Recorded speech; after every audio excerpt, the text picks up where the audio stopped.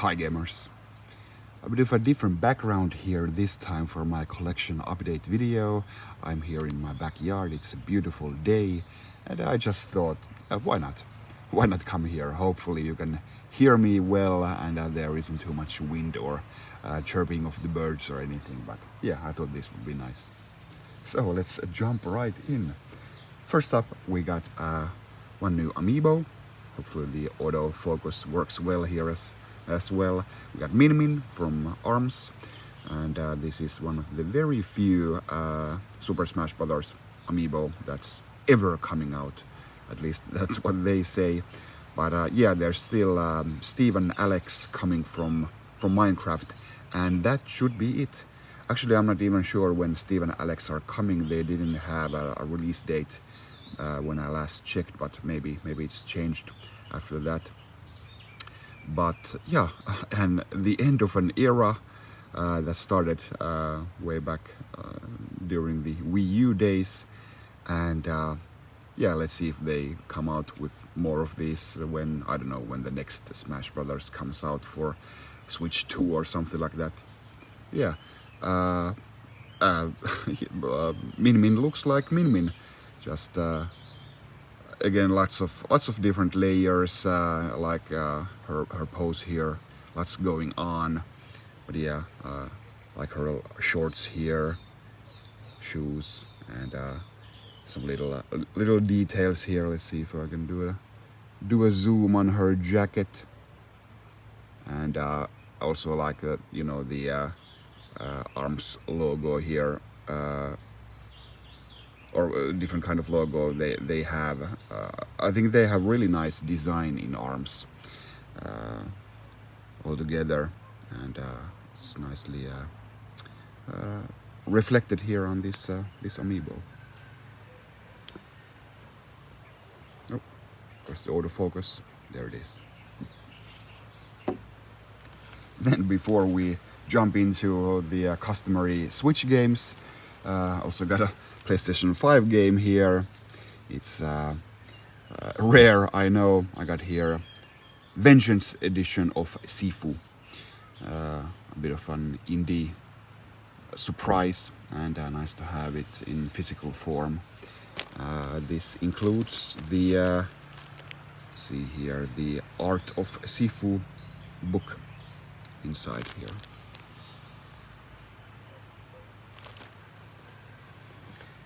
Then we have a couple of Switch games.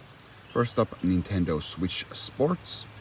I think it's a bit weird how the Wii Sports was like the biggest thing ever, more or less. And yeah, they made the Wii Sports Resort on the Wii, and yeah, they also made one sports game for the Wii U, but yeah, only now Nintendo makes a Switch version, even though like the Joy-Cons are perfect for this kind of game, and but it still took them many years to get this out on the Switch. So yeah, to me it would have been a no-brainer to just make this early in the Switch's life, but yeah, I think Nintendo just wanted to differentiate the Switch from the previous consoles, but I don't think there's any need for that. You know, you can also embrace the history here and just give people what they want. I think many people, especially you know, like the parents that got into console gaming when the Wii came out, are really eager to try this one out. Some little kinks to iron out here, but nothing what a couple of updates won't do. But yeah, all of the games here weren't perfect when out of the box. And this box also includes the leg strap for use with the football game.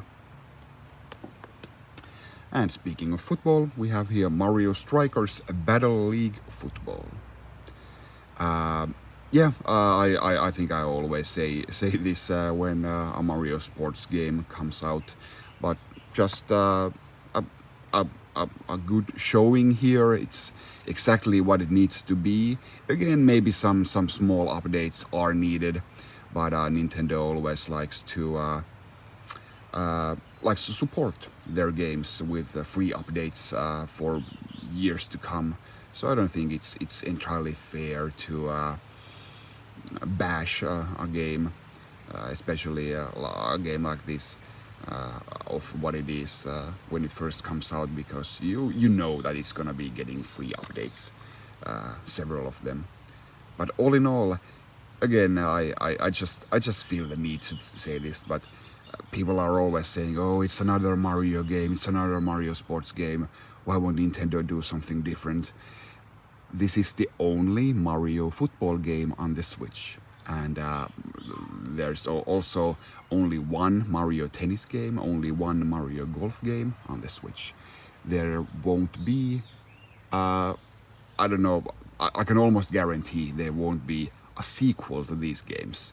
Sure, these are part of a game series and they're sequels by themselves, but it's still a single game in a single game series per console generation.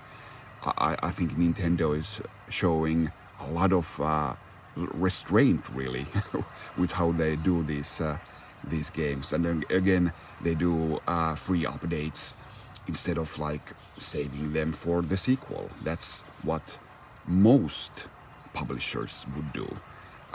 Like they don't give you everything for the same game.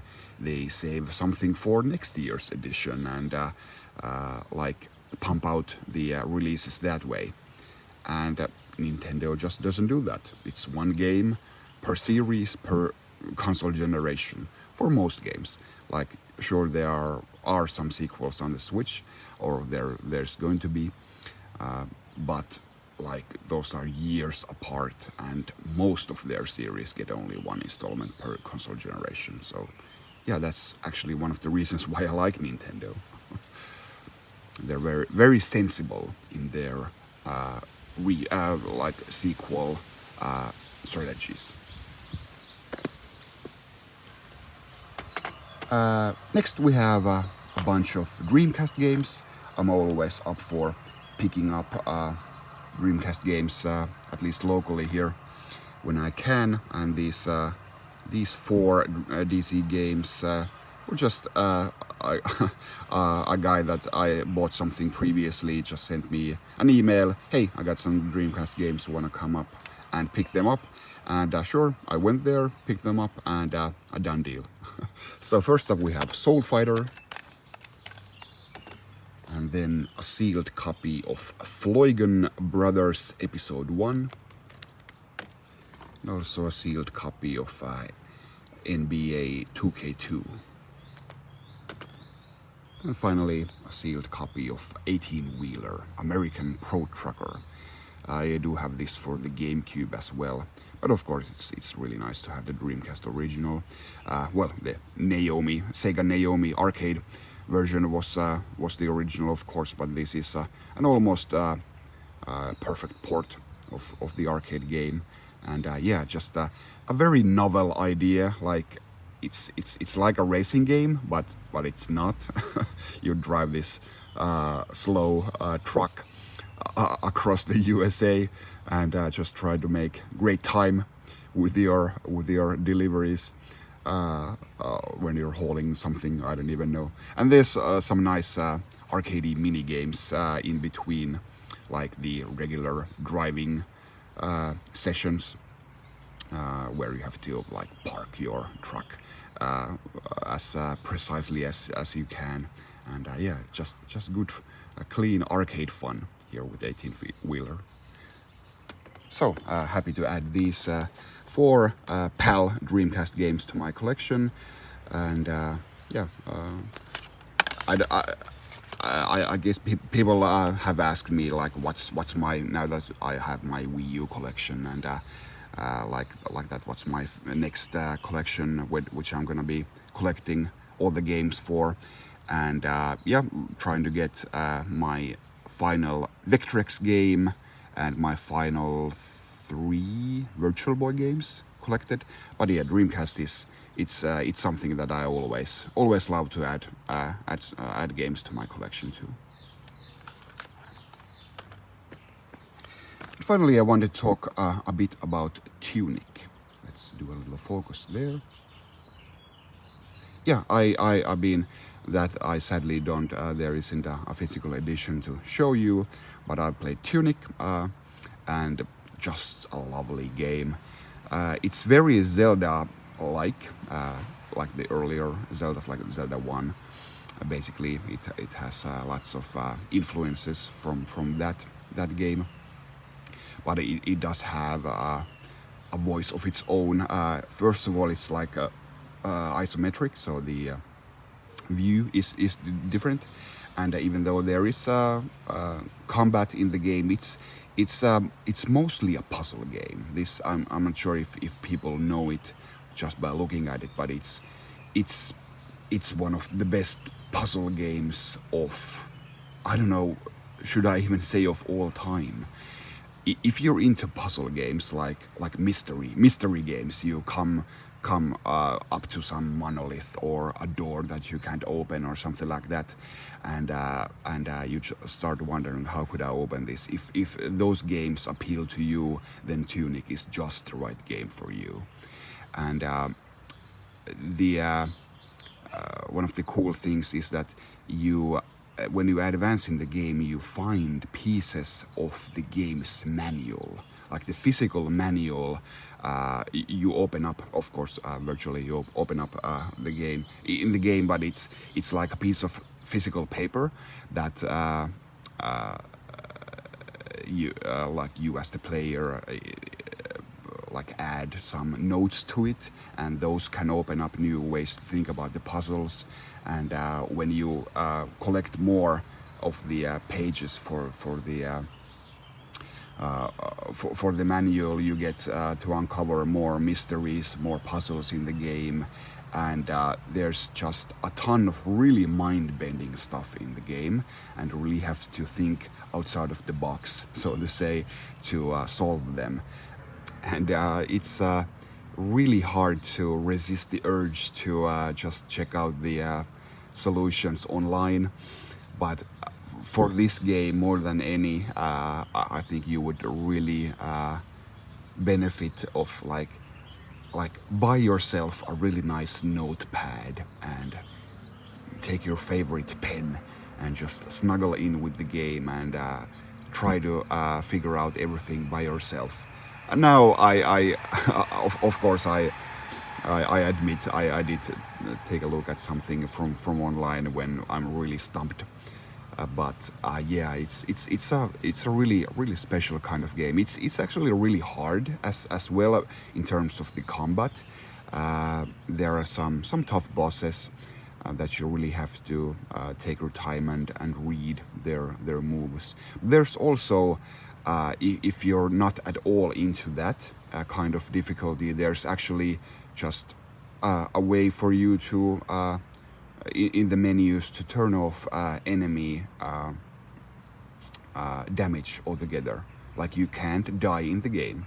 It's part of the accessibility options there. So you can totally play this 100% as a puzzle game if you don't have the dexterity to like in the combat, so you can just bypass any boss, so you can advance in the puzzles. So that's good. And so highly recommended Tunic. There's some wild twists and turns in the plot, especially towards the end. And yeah, I don't want to tell you too much about the game. You just have to experience it yourself. But yeah, very highly recommended. So that's it for this game collection update and a bit of Tunic review here. This was number 99 of my game collection updates. So next video is gonna be number 100, and there's gonna be some special things there. So stay tuned for that. I haven't bought all of them. It might be maybe a couple of months even before I do number 100. I need some time to gather a nice nice set of games for that. Something really special, but we'll see. what I get for that video. Follow FinGamer on Twitter and Instagram. Thanks for watching this. I'll see you next time. Bye.